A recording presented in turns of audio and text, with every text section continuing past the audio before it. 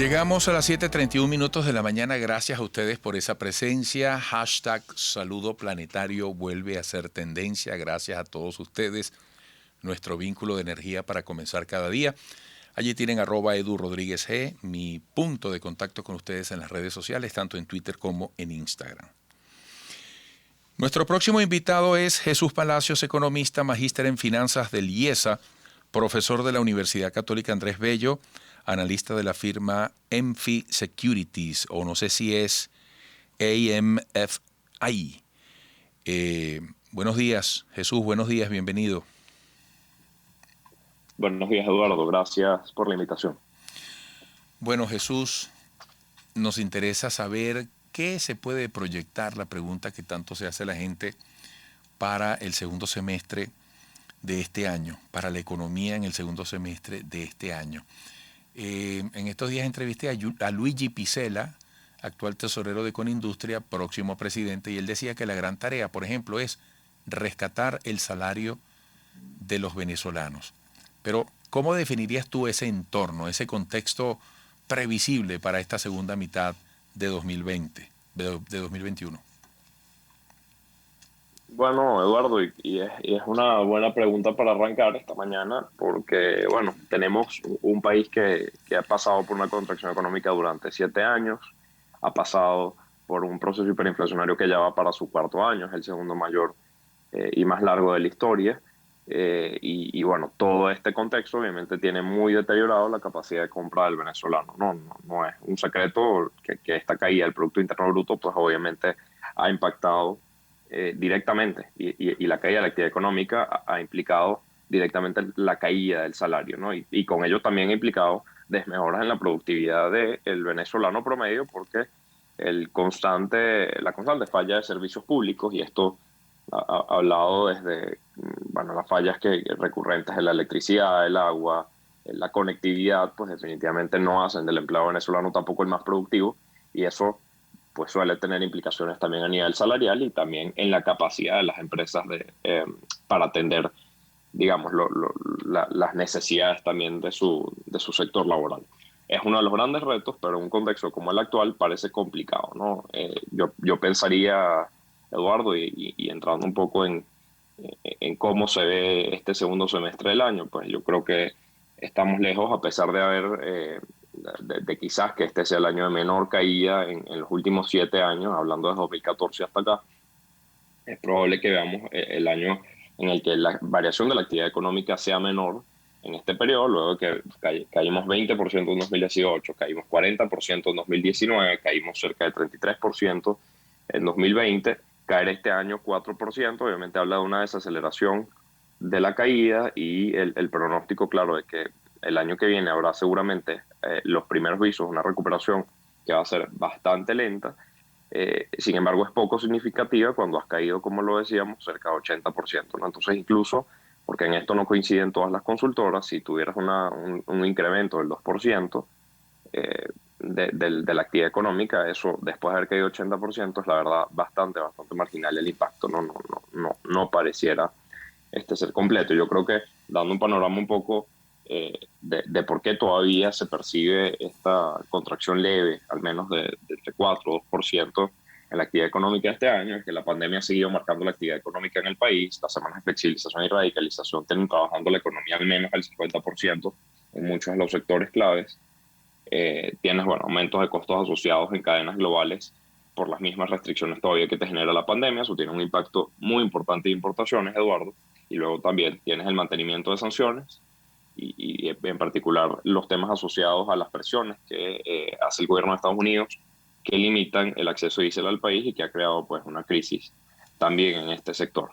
Es decir, en la distribución y almacenamiento de diésel, que es clave, como sabes, para la distribución de alimentos y bienes más básicos en la economía. Entonces, quizás marcada por esos tres aspectos, la economía venezolana sigue bastante afectada, a pesar de que hay algunos sectores, y eso también lo hemos dicho siempre, en los que puede haber visos de recuperación, entre ellos, por cierto, la actividad petrolera, que está recuperando bastante después de la caída del año pasado tan abrupta, ¿no?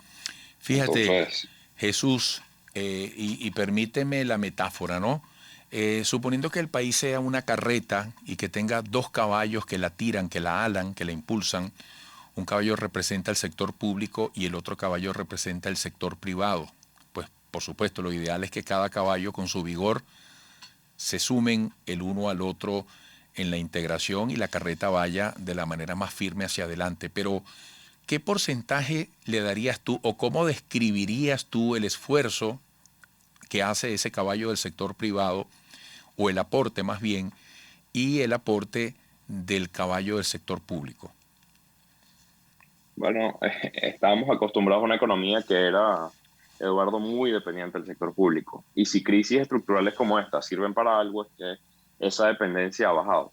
Y el poder del petroestado, el gran estado que era responsable de las importaciones, era el mayor eh, empleador del país, pues viene bajando significativamente. Y podemos hablar, Eduardo, que ya desde en los últimos años el sector privado ha sido el mayor importador en la economía venezolana, con una gran diferencia. Se habla de que cerca del 80% de las importaciones han sido realizadas por el sector privado, a pesar de que las importaciones han venido cayendo de forma agregada en los últimos años también de forma muy importante. El año pasado cayeron cerca del 30%. El ver hoy al menos que el sector privado representa el 80% de las exportaciones, cuando hace apenas unos 5 años el número era totalmente inverso hacia el gobierno, pues habla de una nueva consideración, nuevo aspecto que considera de la economía venezolana, que es que esa importación del sector público que no es del todo, o sea, no es atractiva porque es una economía muy dependiente del Estado y por ende volátil a los cambios, por ejemplo, de políticas del gobierno, pues ahora tiene un sector privado en medio de una caída tan importante de importaciones, porque hay que decirlo, ese es el contexto, que se ha hecho mucho más fuerte en su peso relativo con el sector público, ¿no? A pesar de, como te digo, Eduardo, no quiero ser engañoso, las importaciones han venido cayendo en los últimos años de forma bastante fuerte, cerca de un 23% en 2019 y alrededor de un 26% en 2020. Y este año que presentan una ley de recuperación, que por cierto no ha sido tan importante como se esperaba durante los primeros meses del año, igual habla de una demanda, porque la exportación suele ser un indicador de demanda local importante, una demanda todavía muy contraída, ¿no? Pero ese peso, o cómo ha ido ganando el sector privado, peso sobre las importaciones, y que ahora sea 4 veces lo que es el Estado venezolano, es pues un cambio muy importante y estructuralmente muy destacable, ¿no? Oye, llama la atención y coincides con lo que me decía en estos días un representante de la Cámara de Aduanas o Aduaneros de Vargas, ¿no?